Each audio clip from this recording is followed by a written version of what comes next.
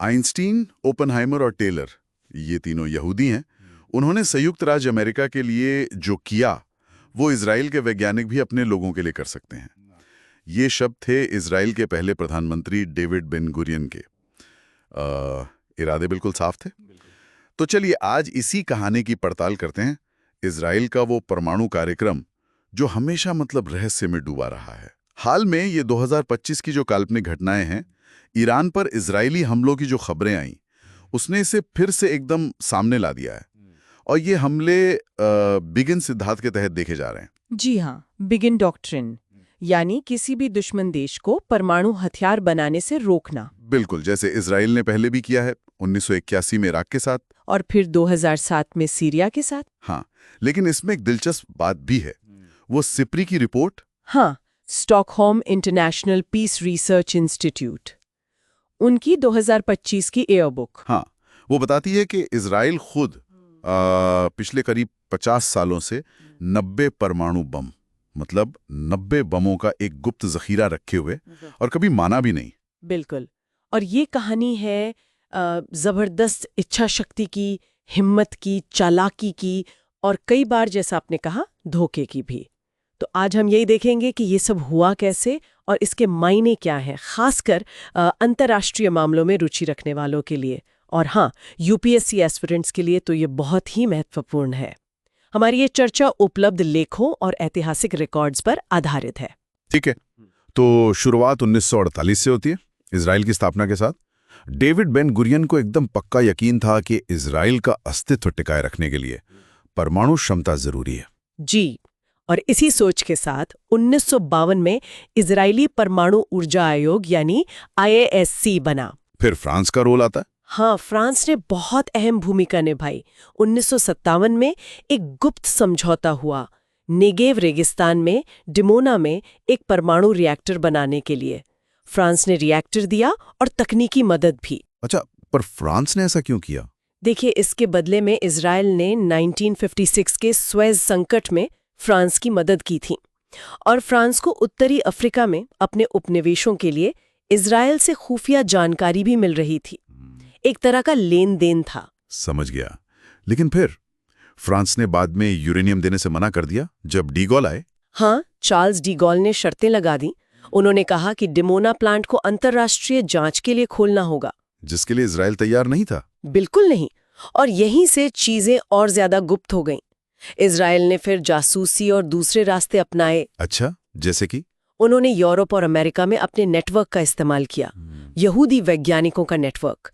और सबसे मशहूर मामला तो वो है 1960 के दशक के मध्य का, अमेरिका में पेंसिल्वेनिया में न्यूमेक नाम की कंपनी। हाँ, nuclear materials and equipment corporation. जी, वहां से सैकड़ों पाउंड हथियार ग्रेड यूरेनियम गायब हो गया। शक है कि वो इजराइल पहुंचा। सीधे तौर पर साबित नहीं हुआ, पर शक बहुत गहरा था। बाप रे, सैकड़ों पाउंड। और फिर वो जहाज वाला किस्सा, वो क्या था? हाँ, वो प्लम्बाट अफेयर 1968 का, वो तो कमाल ही था। मोसाद ने फर्जी कंपनियों का पूरा जाल बिछाया।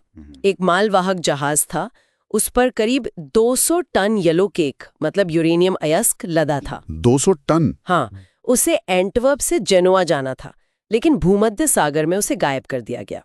इजरायली क्रू ने कब्जा किया और माल दूसरे जहाज पर ट्रांसफर कर दिया। अविश्वसनीय। पूरा जहाज ही गायब। जी। इसके अलावा अर्जेंटीना से, दक्षिण अफ्रीका से भी येलो केक खरीदा और भारी पानी जो रिएक्टर के लिए जरूरी है वो नॉर्वे और यूके से मिला। तो 1964 तक डिमोना काम करने लगा था। हाँ, रिएक्टर चालू हो गया, लेकिन अमेरिकी निरीक्षकों को उन्होंने चालाकी से दूर रखा।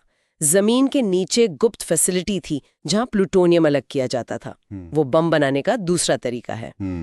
और अमेरिकी निरीक्षकों को इसकी भनक नहीं लगने दी? नहीं, अनुमान यही है कि 1967 तक इजराइल ने अपना पहला हथियार बना लिया था। और इसमें वो हॉलीवुड प्रोड्यूसर अर्नोन मिल्चन। हाँ, अर्नोन मिल्चन, वो पर्दे के पीछे मोसाद के लिए काम करते थे। उन्होंने सेंट्रीफ्यूज के ब्लूप्रिंट्स जैसी कई अहम तकनीकें हासिल करने में मदद की।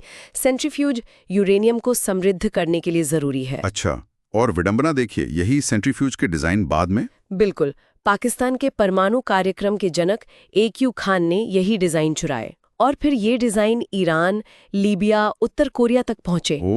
और शायद तकनीकी इसी समानता ने इजराइल को 2010 में ईरान के नतांज प्लान पर वो स्टक्सनेट साइबर हमला करने में मदद की। हाँ, वो कंप्यूटर बॉम्ब। जी, और अब 2025 में बात हवाई हमलों तक आ गई है। तो कुल मिलाकर कहानी ये है कि इजराइल का परमाणु कार्यक्रम दशकों की मेहनत, गोपनीयता, जासूसी और अंतर्राष्ट्रीय मदद का नतीजा है। वो मदद अक्सर गुप्त ही रही। और उनका बिगन सिद्धांत वो आज भी उतना ही प्रासंगिक लगता है। बिल्कुल।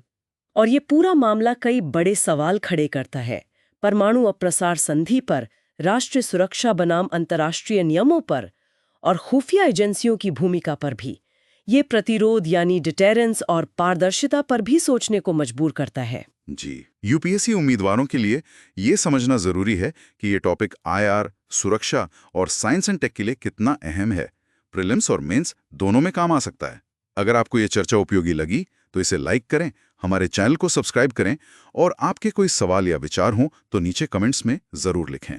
और हाँ, जाते जाते एक सवाल सोचने के लिए, ये जो परमाणु अस्पष्टता की नीति है ना, हाँ, ना, ये रणनीति आज की दुनिया में जहां पारदर्शिता बढ़ रही है, कब तक टिकाऊ रह सकती है? सोचने वाली बात है।